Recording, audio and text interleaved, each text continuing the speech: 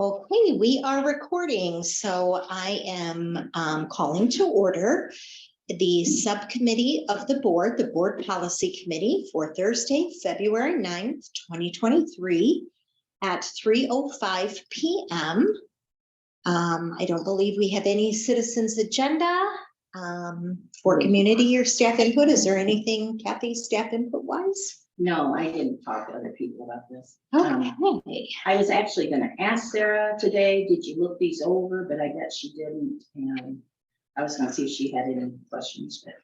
Well, and the good news is February is again first reading. So really we have until I think it's March 15th maybe is the board meeting. Yes.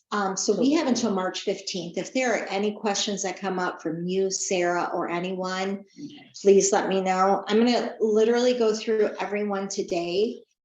There are a number of them. You will see that things like legal references, cross references, and footnotes are updated, which means there's no change to the policy. Right. I have highlighted in yellow anything that on this sheet right here that kind of explains it. Anything that is DEA or DESPA related. And if it is just DEA, you'll see DEA only. Okay. And if it's just relating to DESPA, I have DESPA only. So I'll kind of, if there's any questions when we get to there, I will go through that. So if we want to take a look, we're just going to start with Board Policy 2100, Board Member Conflict of Interest. This is one where the policy, legal references, cross references, and footnotes are updated. The actual policy change goes to the employee ethics, code of professional conduct, and conflict of interest for a board member. Those have been updated. And so you see the changes that are crossed out there under the federal, state and grant awards. And basically it's just making sure that no one from a board member's family and or a business partner would gain anything financially or otherwise off of any contracts that the district may enact. So pretty self-explanatory there, one for the board. 2:105, the ethics and gift ban, sorry. The legal references, the cross references, and the footnotes are updated. This actually goes to, it used to just talk about staff, but they added guidance counselors in there because they have a license just as we do, but they felt that they needed to be more specific to let everybody know that not only does it affect licensed teachers and licensed paraprofessionals, but also that our guidance counselors or social workers are in that too. So that was updated for the ethics and gift ban. I wonder if that had anything to do with that big celebrities getting their kids into college by paying some coaches and or counselors. That's an excellent question. I wonder if it did. I wonder if it did. And if there's anything while I'm going through, Kathy, please don't hesitate to stop me or interrupt me. 2:150 committees. This one was simply a monitoring. Every 5 years, we review a cross section of them, so it always stays up to date.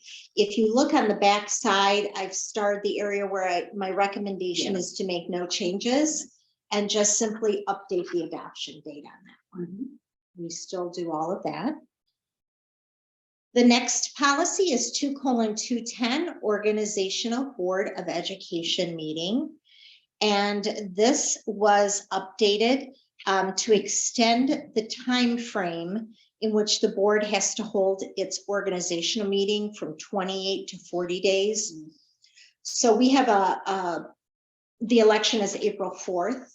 And it will be certified somewhere around like late April, early May. And instead of having to do 2 board meetings, one to seat the members and then hold another one. Sometimes it could be a day later or a week later. They let us do it within 40 days, so we only have to have one board meeting. Yeah, that was Makes really sense. nice. Now, are these things that you guys like asked for from the governing body or whatever? No, that was actually just one. I'm sure that a lot of school districts said, hey, boy, it'd make it easier if you Yeah. did like a month after, so we don't have to have 2 board meetings. Yeah. A lot of times these come out of when the board members go to the III conference in Oh, okay. November. These are things they talk about Mhm. at the rep assembly. Yeah. That's how. Well, I suppose they're interesting to an extent when you know, when they take a look at past practice or things that have come up, but sounds like a board meeting. It, you know, well, and it is a little bit because some things apply to smaller Yeah. districts like ours Yeah. and some apply to urban, so. The next one on the back side of there is 2:250, access to district public records. The great part about this is there is no changes to this policy. Only the footnotes were updated to reflect the change in, or not change in policy, to note the FOIA request and the continuous improvement. And I wanted to ask you real quick, and this might have been asked before, but my memory's really fading lately. Diane knows, I send you. I couldn't remember that. The FOIA request, have they ever, I know when, after Janice's decision, there were groups in Illinois and other states that were trying to get the names and addresses of the union members in a district. Do they have to do a FOIA request to get that? Yes. And so have there been FOIA requests to get our names and addresses? We don't provide addresses. No. We can't provide personal Oh. information. I don't believe they've asked for, well, And there may have been a while back. they recently asked for. And a lot of teachers. But yes, they asked for teachers of late, but the other thing too is we're not allowed to give out that type of very personal information. It breaks your privacy. And a lot of times we refer them to our website where, you know, if they want to get a hold of you, our email addresses are all on the website. Right. And so that's where we'll refer them to, because we don't have to create something new for them if we already have something that exists where if they want to get a hold of you. Back in August, we did get one from a financial advisor. They wanted names, email, titles, and location of all employees. So we can give them emails because it's basically public knowledge. But yeah. And again, back in June, actually, we had 2 in that same one in July of 2022. So. And they're usually soliciting that for, because they want to get your business. Yeah. But we get mailings every fall from, I think it's the Illinois Policy Institute. Yes. That sends us information about how NEA and IDA are, you know, terrible, and we should join their group. Yeah. I just wondered how they got our mailing addresses. We don't give out the mail. We don't give We that give out. out email addresses. Huh. I don't know. And unfortunately anymore, everything's on the internet. Oh, yeah. So, They probably employed some corporation or company or whatever that does all that digging. Okay.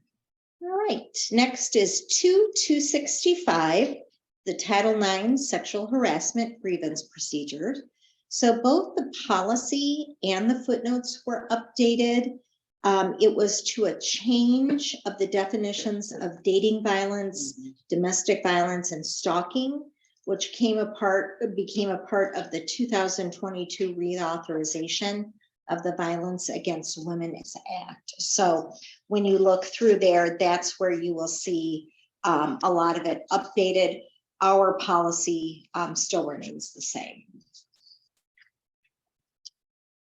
Next is Board Policy 3:10, Goals and Objectives.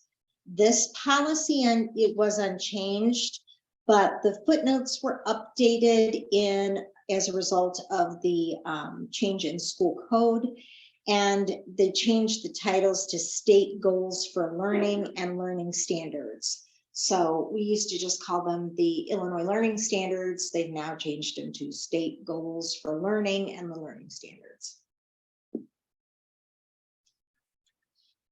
Board Policy 4:10, Fiscal and Business Management. Here, the policy, the legal references, and the footnotes were updated in response to a change in school code. It now requires the district to disclose the cash reserve balance of funds related to the operational levy at the public hearing for the district budget and the levy for the taxable year. So Mark actually does this anyway. He goes and as a part of the levy, when we present it for adoption, he always goes through and says, here are our balances. So we have been in compliance with that. Next one is Board Policy 4:55, and that is the use of credit and procurement cards, or what we call our P cards.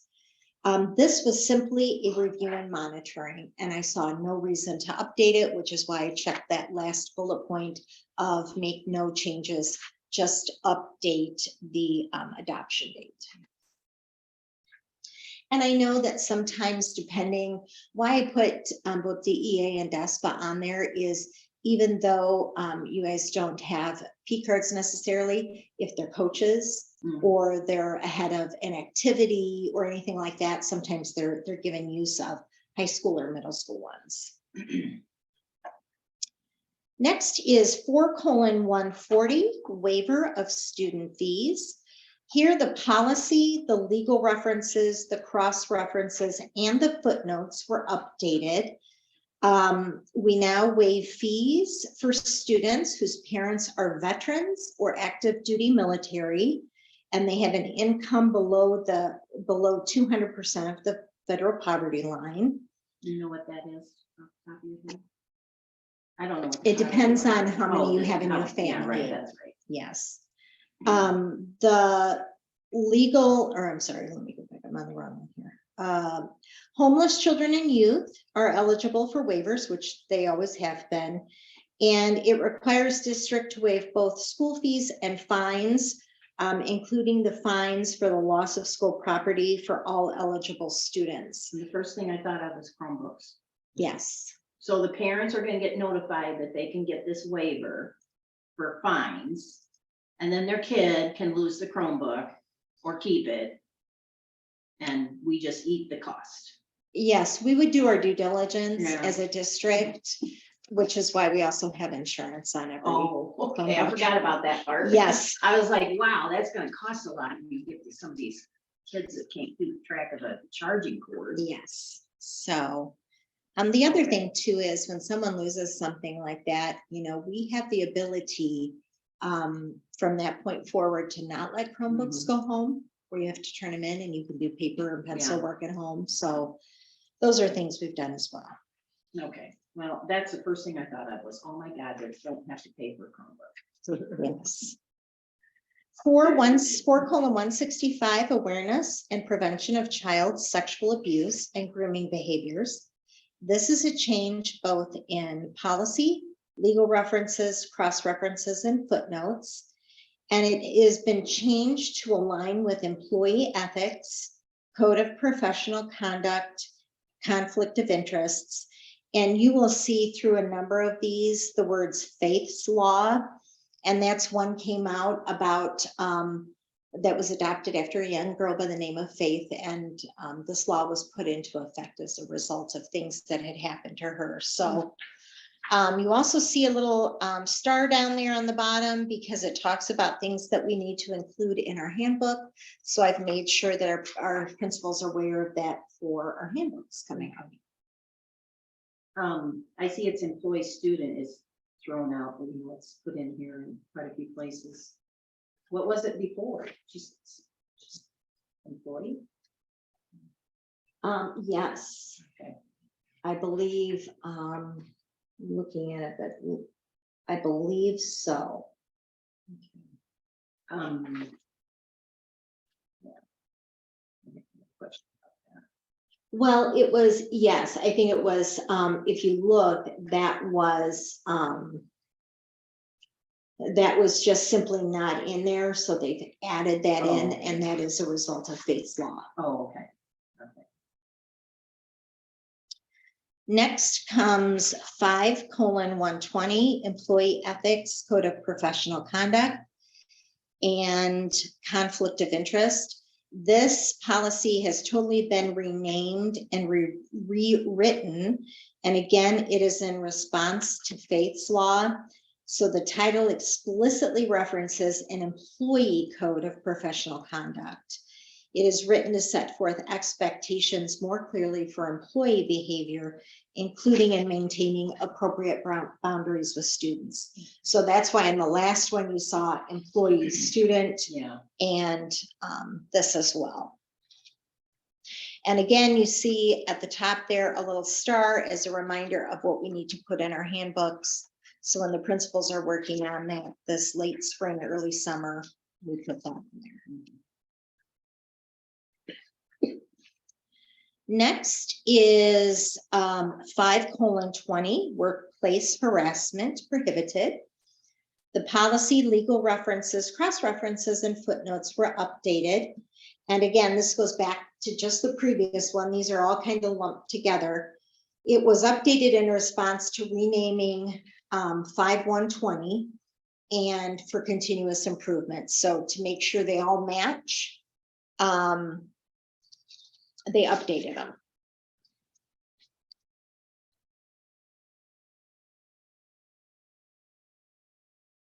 Next is 5:170. This is copyright. Again, this one was simply a review and monitoring, and my suggestion is that we make no changes, just update the adoption date.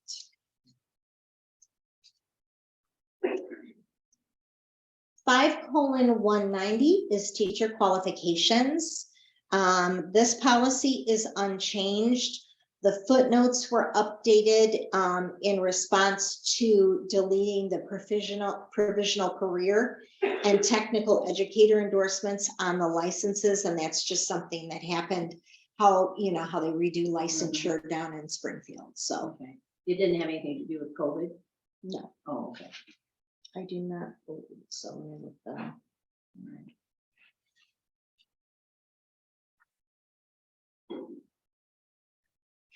No, it did not. Next is 5:220, and do you see where it says question down there? Yeah. I wrote that word on the wrong one. It's the next one. They had the question. But 5:220 regarding substitute teachers. This was a policy change, legal reference change, and footnote change. The policy was updated, allowing a substitute teacher to substitute for a licensed teacher, not exceeding in 120 days rather than 90. That is a COVID thing, as well as a teacher shortage and para shortage. And that is, that right now ends at the end of this next school year, unless the state board would decide to renew it. And it permits short-term substitute teachers to substitute for a licensed teacher up to 15 consecutive days. In the past, it had only been 5. And again, to make sure there's consistency for the kids. And this is in effect when the governor has declared a disaster due to a public health or an emergency like we have with COVID. Next is 5:250, leave of absence. This does have a policy change, legal reference change, and footnote change. The policy and the footnotes were updated. It's requiring districts to return sick leave used by fully vaccinated teachers for COVID. As you remember, we have an MOU with that. So, which is why if you go to that last page, it says question 1, does the board require fully vaccinated employees to participate in a district COVID-19 testing program? And we do not.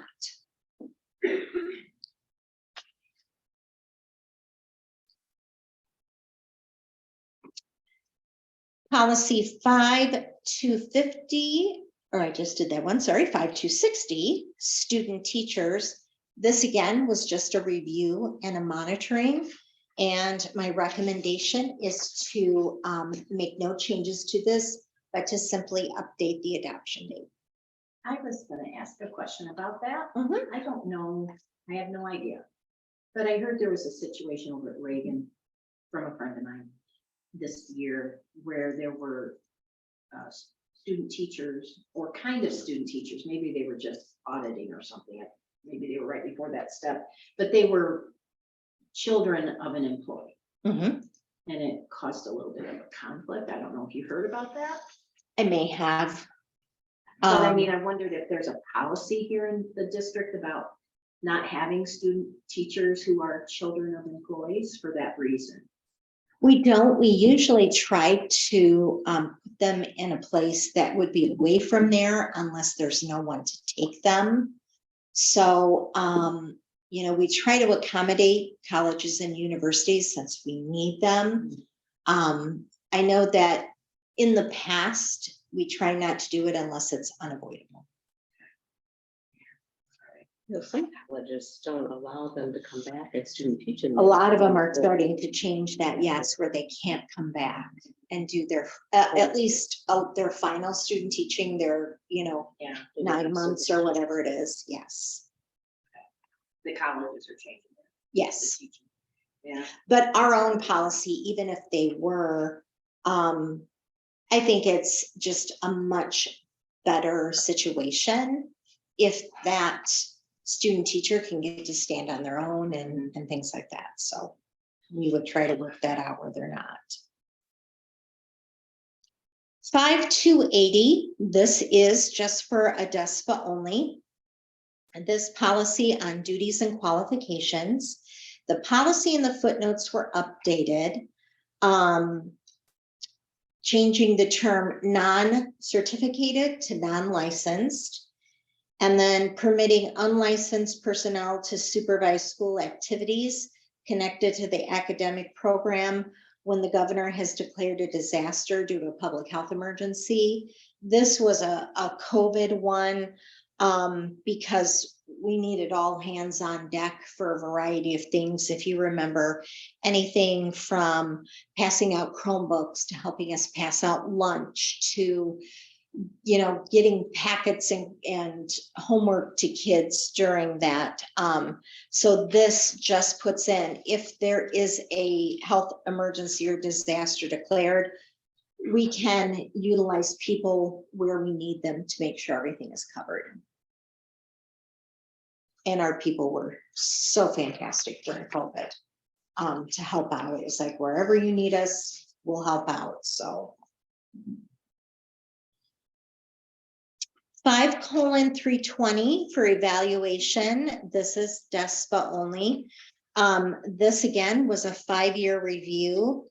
I saw nothing that needed to be changed because we have it both in our collective bargaining agreement plus the policy. So my recommendation for that one will be to just update the adoption date.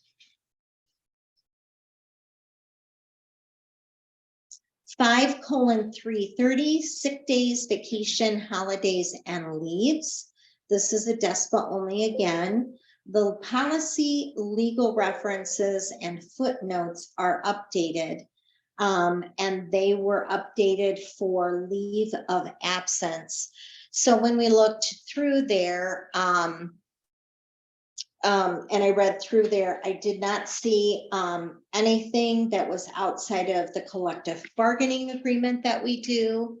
And unless the district has waivers or modifications for certain days, it's all a part of your calendar that you get every year. So taking a look at all of that, everything looked in order and goes with our collective bargaining agreement. Okay, I had a question about this. The mental health days that we can take. Yes. It's actually comes out of our sick days, but does that fall under this, after 3 days absence, we have to have a mental health professional give us a note? Not just for 1 or 2 mental health days, that doesn't apply, right? It's only when we've exceeded 3 days of it. What page are you That's looking on at? page 56. Okay. It's in green or yellow, maybe red. Maybe you have it yellow, but it's green on my paper. So as a condition for paying sick leave after 3 days of absence for personal illness or as deemed necessary. So that is, that's our, anytime you're gone for 3 days or more, this is separate of the mental health days that you get the 5. Okay. These are if you say, I just can't come in today, I'm sick, I can't come in today. This is saying that you can either get it from a physician who's licensed to practice medicine or surgery. If what you're needing time off for is that mental Mhm. health, you can get a mental health professional to write you your excuse to get back to work. A chiropractor under the Medical Practice Act, a licensed advanced practical registered nurse. These are the people who could write the Right. notes. Okay. But that's separate from the 5 mental health days.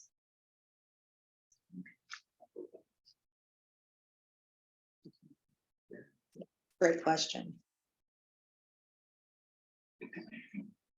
Next is 6:15, school accountability. And the policy is updated under goals and objectives for continuous improvement. So if you take a look at that, again, we talked about it earlier.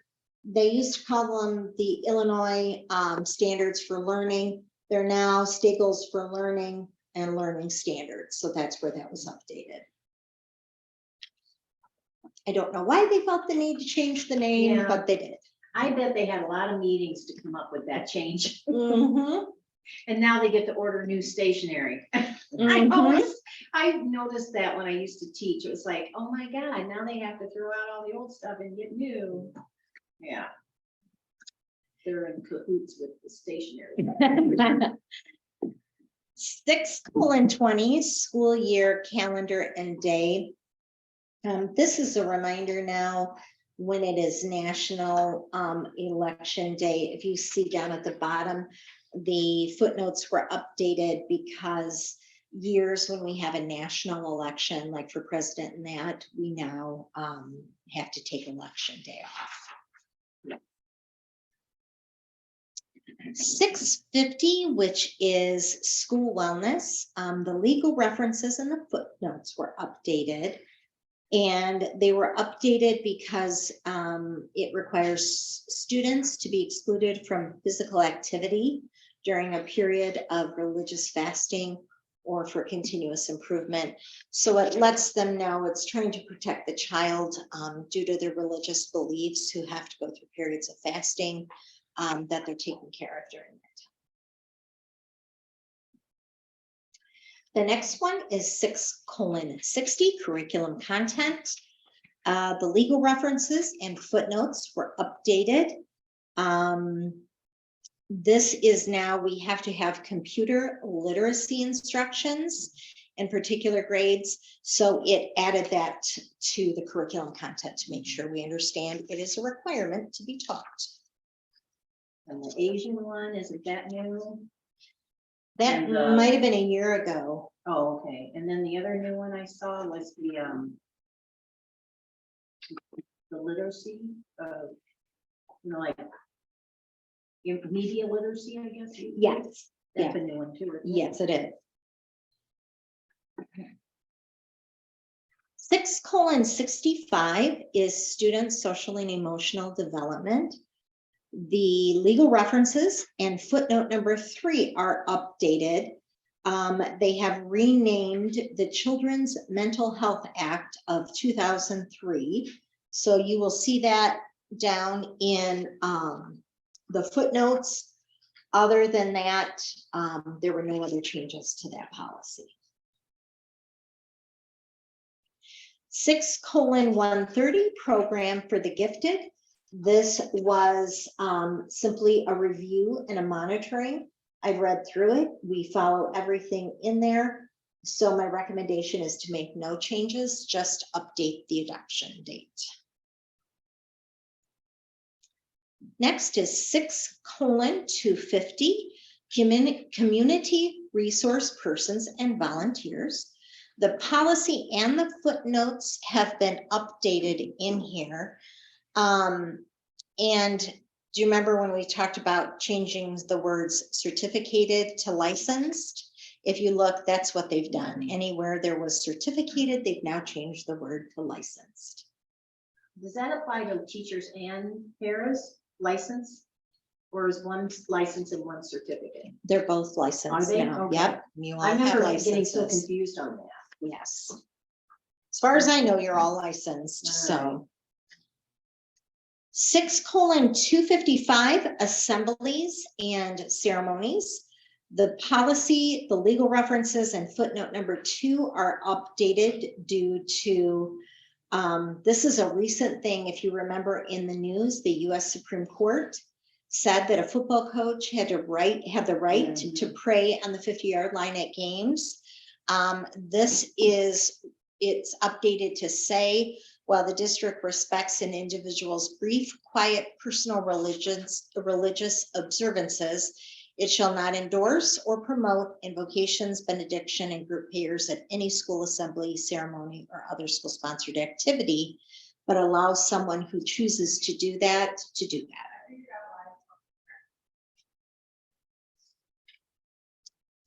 Next is 6:260.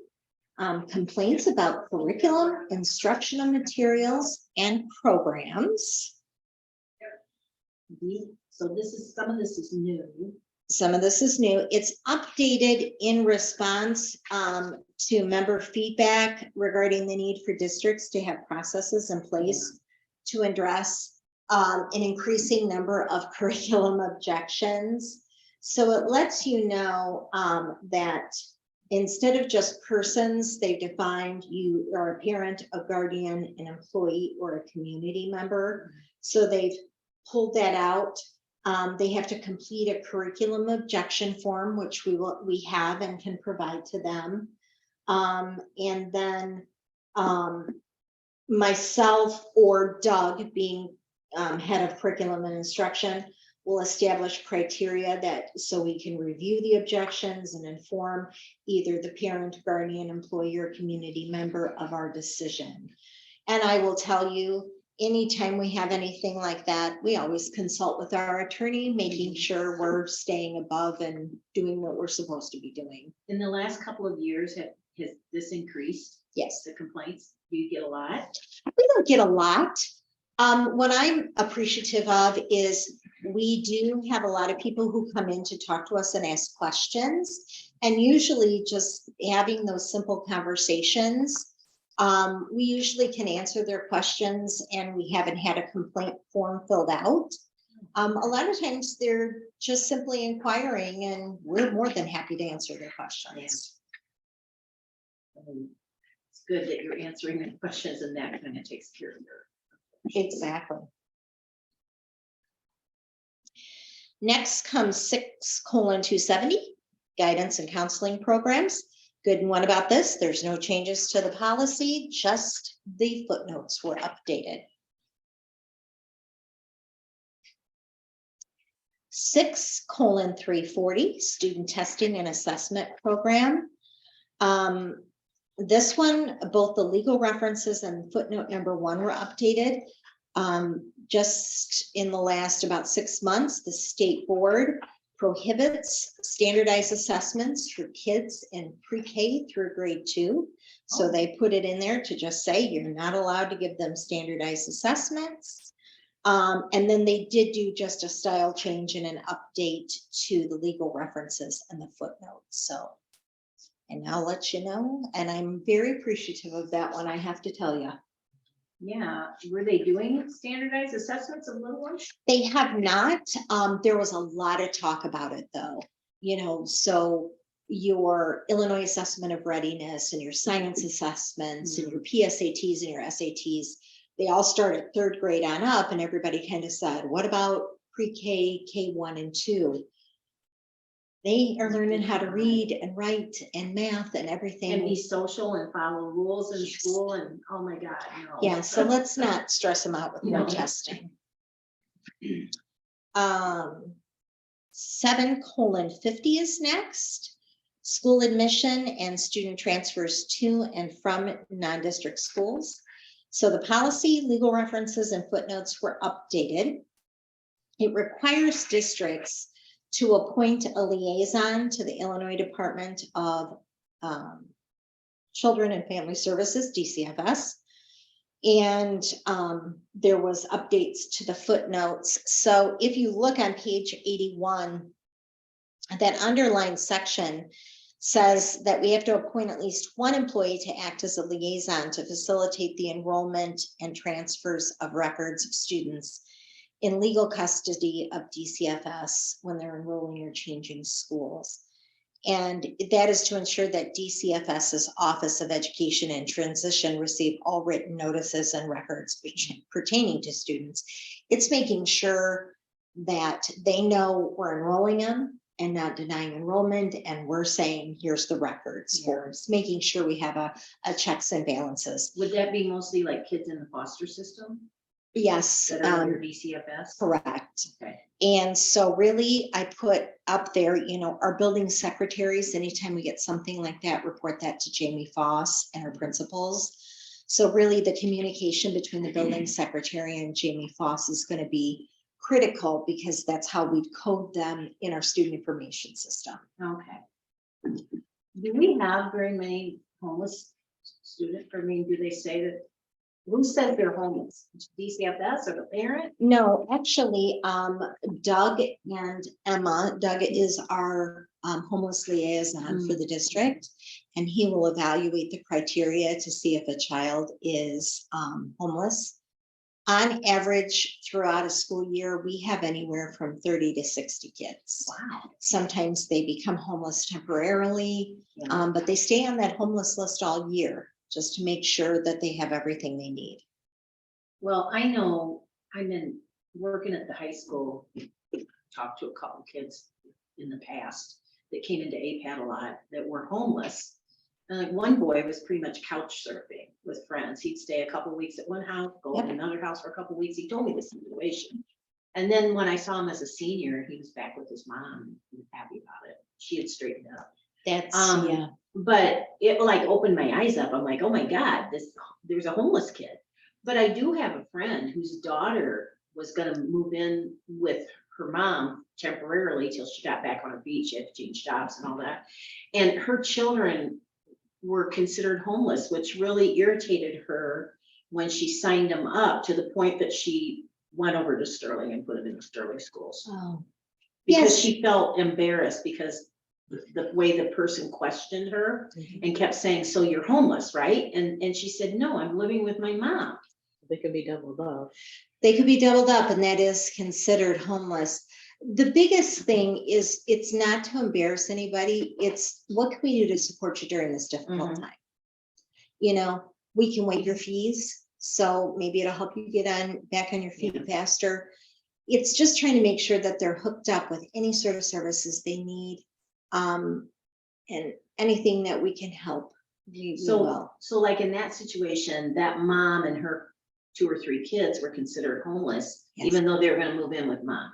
Yes. Because you're saying doubled up in beds? That's what you mean? No, doubled up means you're living with another family member or friend. Because you don't have a nighttime boat, you don't have a place to lay your head at night. That is your own. That is your own. Oh, That's her doubled up. mother's. Okay. And again, it's not, and we've had cases where if that's the case, we won't put you on.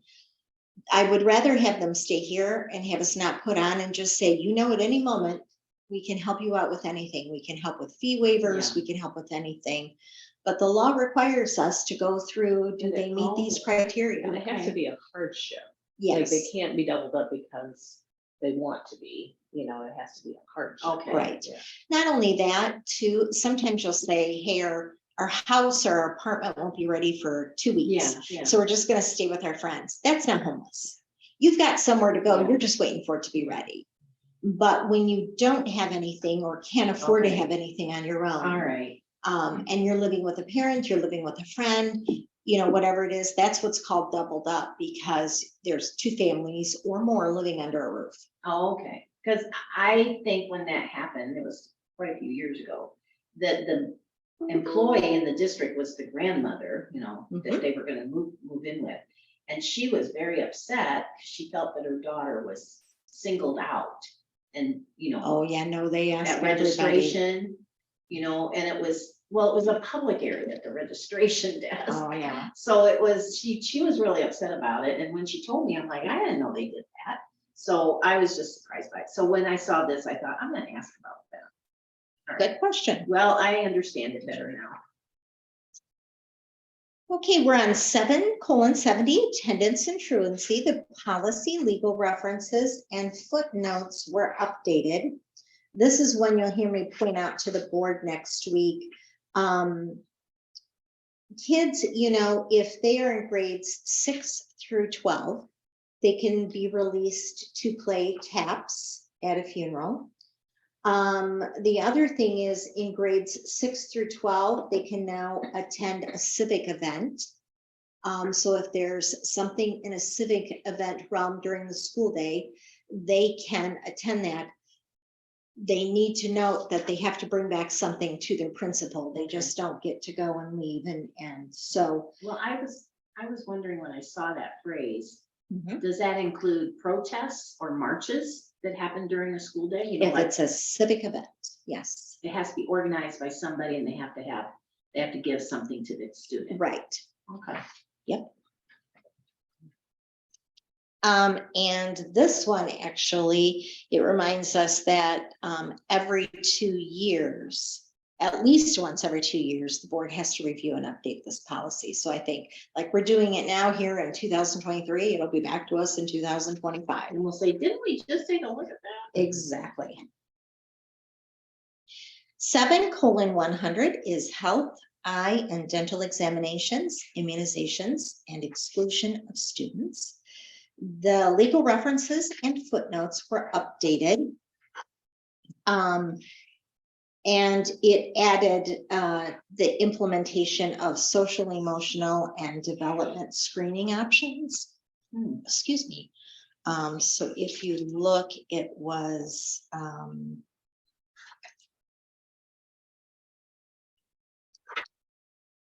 So is that a new part? Oh, I see it under the reference. yes. Is that new that they're screening for social, emotional, and development, not just developmental? Yes, we're looking if you we now at kindergarten do of course, I can't remember it at this point in time, the name of it. We started that with our kindergarten students this year, and it'll follow kids up. I'm sorry, Kathy, I can't remember. Okay. But how did it do it? Is it just talking to the parents and saying, does your little kid have a lot of tantrums? Or is No, it observing? observation. Oh, okay. Yeah, it's a very quick, I believe, a 5-question screener that looks and says, gives time for the teacher to get to know the kiddo and kind of see how things are going. And if there were questions, of course, our teachers would reach out. Oh, okay.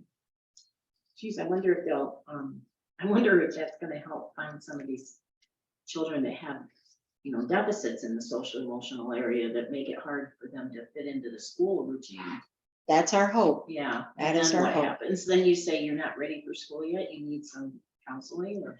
Can't deny them entry into school, but we certainly want to get them connected with those wraparound services. What can we get them at school? And then Okay. what can we also get them connected with once they go home?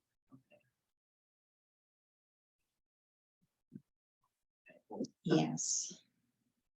Next one is 7:180, prevention of and response to bullying, intimidation, and harassment. So the legal references and the footnotes were updated. It now requires districts to file their bullying policies electronically by September 30th, every 2 years. In the IRO system, actually, we were chosen this year, so I uploaded everything to the state. So in 2025, we'll do it again. And so it just notes that you have to have it. The good news is because we belong to Press Plus here, a lot of the stuff is I update our board policy, I update our handbook language that comes from here, and we're in compliance.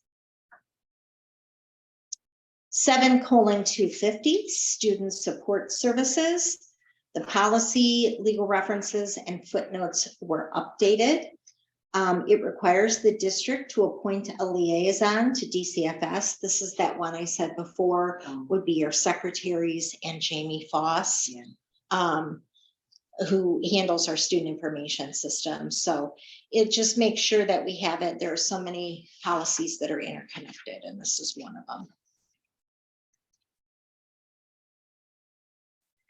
Next is 7:285, anaphylaxis prevention, response, and management program. This has had the policy, the legal references, and the footnotes are updated. It down on the bottom of the first page, it says we now have to review and make any necessary updates to this policy at least once every 3 years. Myself and the designee, which I rely very heavily on Sherry Heifer for this, our district nurse, to look at it and to make sure we review it and if there are any necessary updates. It's required every 3 years, but I will tell you, I'm sure Sherry's looking at it all the time. 7:290, suicide and depression awareness and prevention. This has the policy, legal references, and footnotes updated. If you remember, they renamed the Children's Mental Health Act of 2003 and the Student Confidential Reporting Act. So that is noted throughout the policy. It's now just called the Children's Mental Health Act. You see that on page 100 and page 101 as well. They just took off the 2003.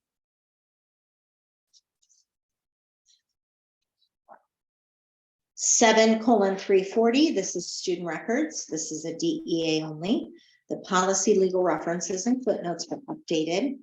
This is in response to the Illinois School Students Records Act.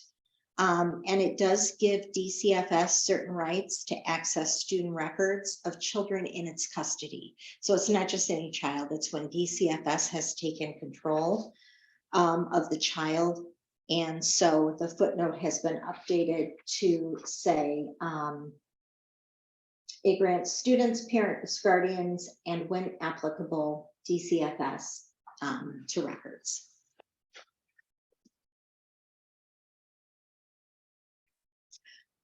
And finally, we are down to 7-10E. It's an exhibit on equal educational opportunities within the school committee.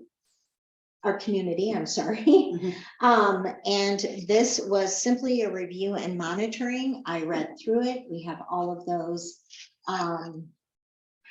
exhibits and all of those in our policies. So my recommendation is to make no changes and just simply update the adoption bullets. What other questions do you have? At this time, I don't have any. The ones that I've asked the ones that I had noted when I was reading through it. And And again, next Wednesday is simply the first reading. I will tell you, I'm going to let them know that anyone in yellow is either related to the DEA and DESPA, and we've gone over it through the board policy committee. I'm going to point out the leaves of absences on that. I'm going to remind them about the substitute teachers. I usually try to pick what I consider to be 3 to 4 really kind of current topics, or if a question has to be answered, just so they know that. And then we will do final adoption at the March 15th meeting. So with that, do I have a motion to adjourn? What? We'll just say the meeting adjourned. The meeting adjourned at 3:54 p.m. Since there's only one person to make All a right, motion. let me stop the recording.